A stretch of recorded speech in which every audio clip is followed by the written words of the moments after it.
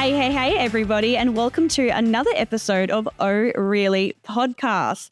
Now, today's podcast is a little bit of a mix of all the categories that I absolutely froth about. So we've got vulnerable, challenging, and spicy. And today's topic is sex and disability. And sex and disability 100% covers those vulnerable, challenging, and spicy topics. So I have chosen a very particular guest today who is a massive advocate in the sex and disability space. And I'm so grateful that he has taken the time to have a chat with me today. Now, I am interviewing Evan Sweeney, and Evan Sweeney is actually wheelchair bound and non-vocal. So we do have a lovely aid assist today named Todd that will be doing the vocals for Evan today. But it's going to be honestly such an incredible episode.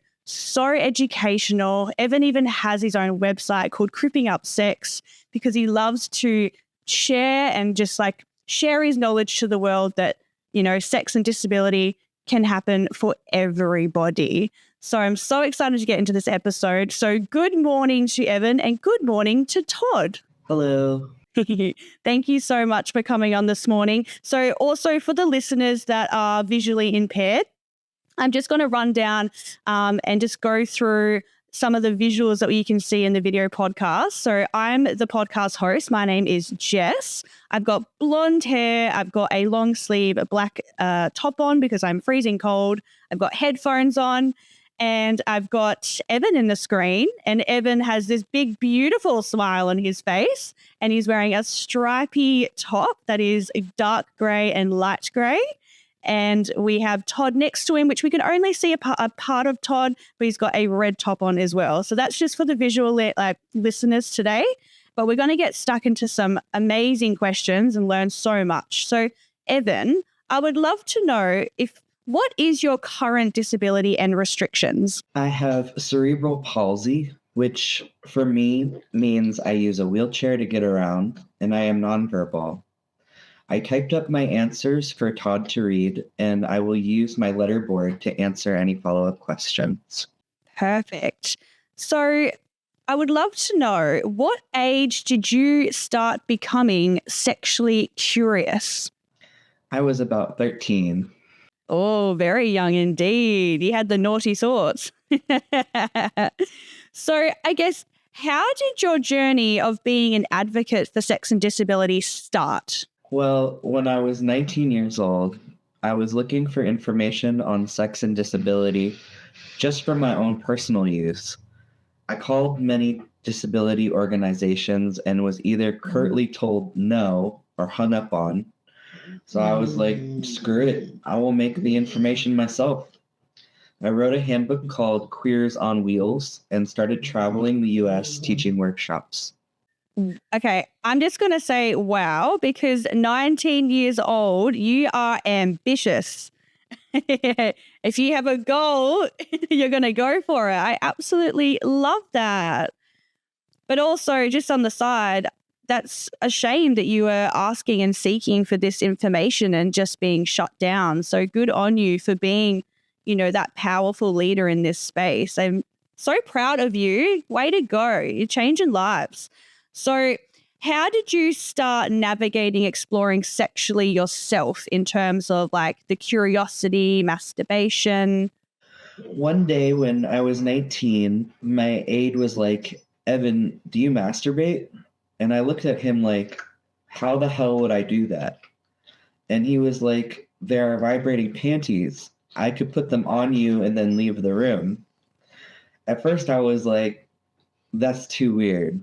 But after a few days, I said, yeah, let's try it. So I got the hugest zebra print vibrating thong and we put it on, which was a process because I had to be transferred, remove my pants, put the ugly panties on, transfer back into the chair, and then have fun. The panties did work, but the process was exhausting. So I thought about getting a bullet and having my aide put that in my own underwear. That worked better, but was awkward because my aide had to fish it out of my underwear when I was done. So I ultimately, after trying like 8 more vibrators, figured out that insertable vibrators work better even though I wasn't inserting them because they were longer. So I could kind of sit on them to keep them in place. Also, my aide didn't have to get all up in my business to remove them from my underwear afterwards. I think masturbation is a great source of power for me. My body sometimes does things I don't like or want, so being able to make myself feel pleasure is awesome. Also, finding a respectful way for my aide and I was vital. To learn more about assisted masturbation, you can check out my assisted masturbation class available in my shop.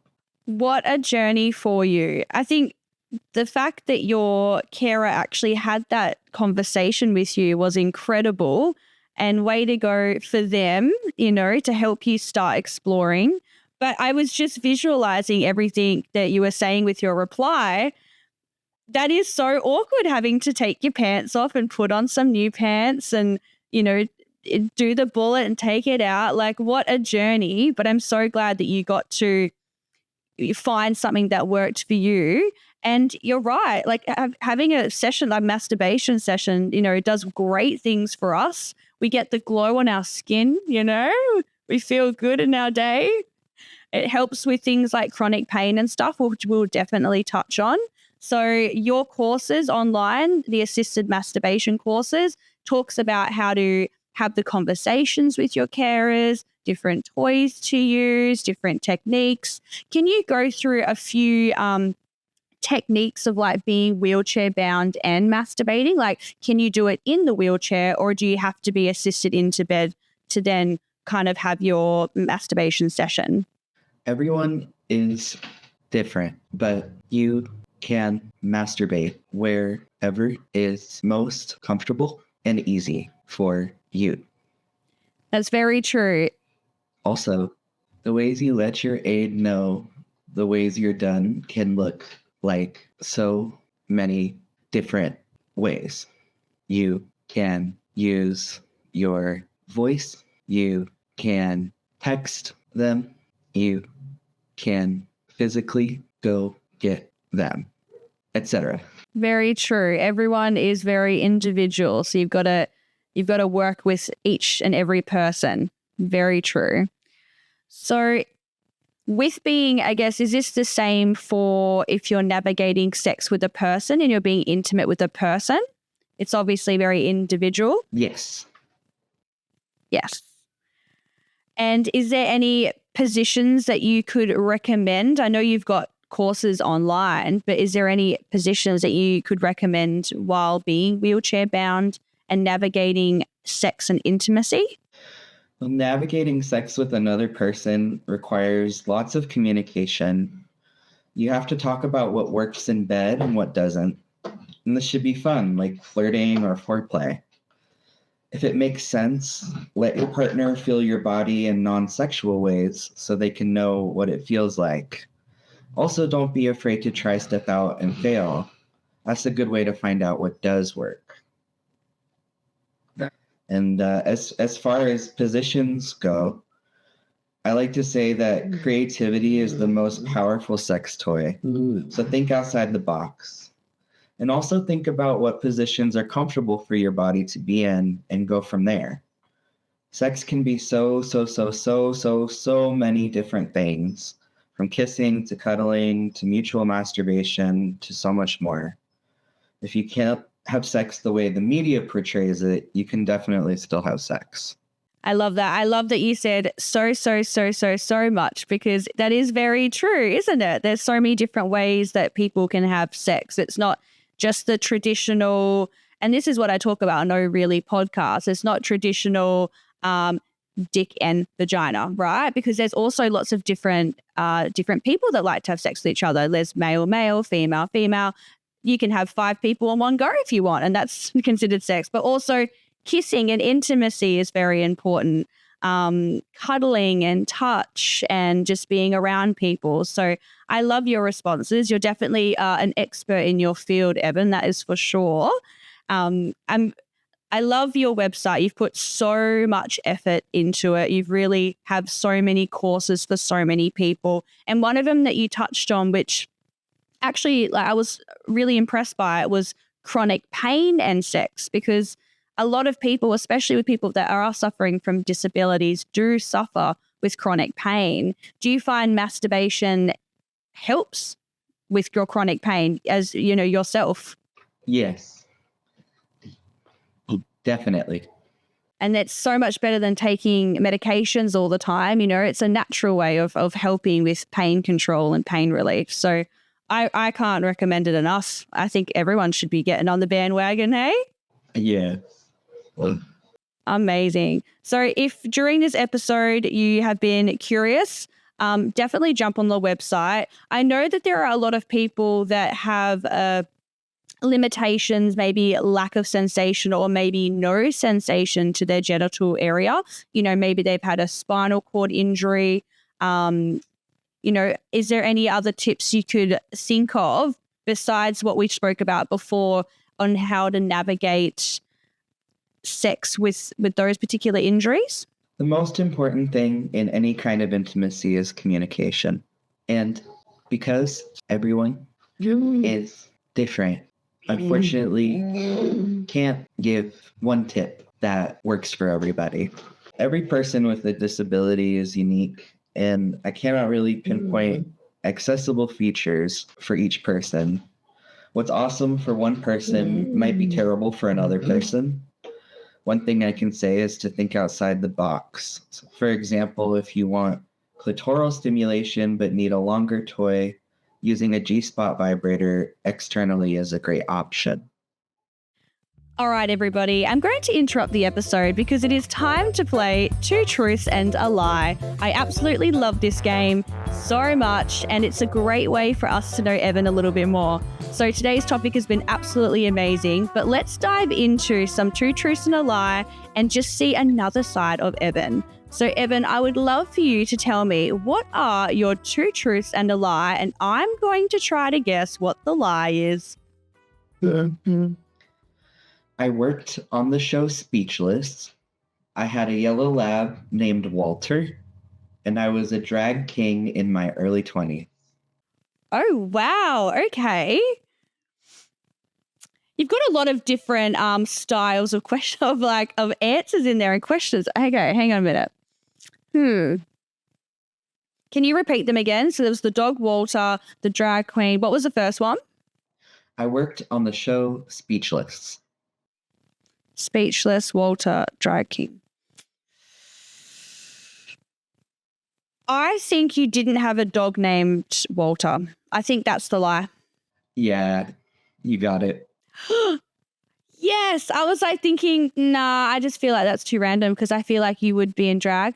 And I also feel like you would be on an epic show named Speechless. Can you run through quickly what Speechless is? Yeah, working on Speechless was so cool.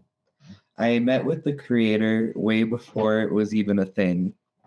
The main character, JJ, has cerebral palsy, and at first, Scott, the creator, had him use a high-tech AAC device, basically a computer that talks what you type.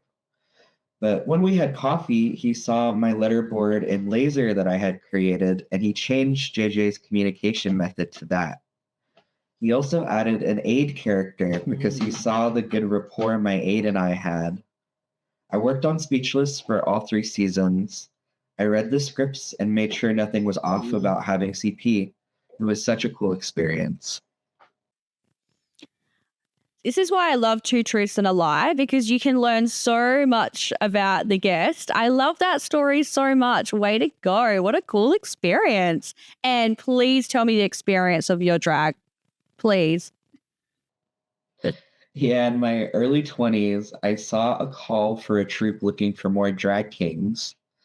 I thought it would be fun and a good way to connect with the queer community. I had to audition and I got in, and it was indeed so much fun. Oh my gosh, I need to see photos of this after this.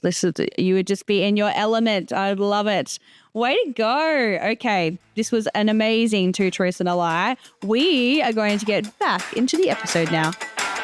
That is very true. Well, honestly, I think, you're so right. Everyone is so different with what they like and don't like. And I say it in a lot of episodes, and hopefully when people listen to Overly podcast, they know that communication is something I bang on about every single episode, because so much in life can, either be solved or you can create open conversations, and you can, go through so much if you have good, strong communication. So Exactly. people just need to not be afraid to ask as well. I think some people, especially when it comes to sex and disability, maybe they're like, I don't know how to ask, or I feel uncomfortable, or I feel embarrassed, or like something like that. But I think just having the conversation is the way to open it up, and then it can lead you to some incredible moments. But you've just got to take that first step and open your mouth and actually start the communication, whether it's verbally, writing, actually just starting that conversation. That's what I'm getting out of this episode, especially. Communication is key. Do you agree? Yes, exactly. I like to suggest people talk over text because they can think about what they want to say and what the other person said. That is very true. I completely agree with you there. Now, Evan, thank you so much for joining me on Oh Really podcast. I've had so much fun. We have covered so many things. And obviously, I think people are going to take the biggest piece they're going to take away from this is the communication factor.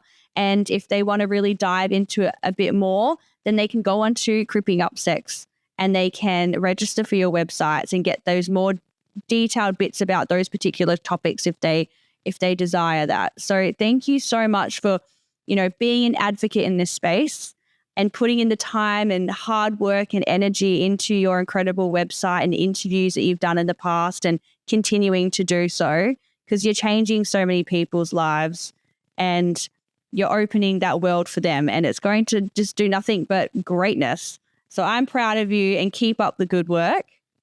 Thanks. All right, everybody, make sure to follow Evan on all social media platforms. And we are going to leave the episode now, but I hope you enjoyed it, and you can reach out to me anytime, and you can add Evan on social media. I'm going to put all of their different accounts that you can follow so you can have a little stalkeroo and have a look at what he's getting up to. But thank you so much again for coming on today. Thanks for having us.